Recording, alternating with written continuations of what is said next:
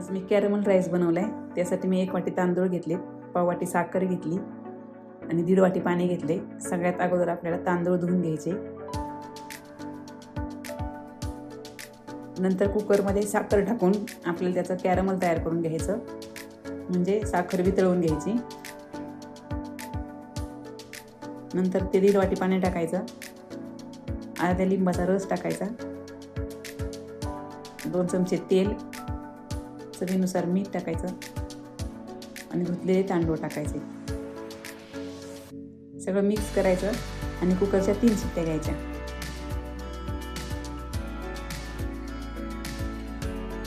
तीन शिट्ट्या झाल्या, कुकर थंड झालेला आहे. मस्त असा आपला हा भात तयार आहे. तर त्याच्यावरती आपल्याला जिरे आणि कोथिंबीरीचा तडका द्यायचा. छान मिक्स करायचं आणि भात खायला घ्यायचा.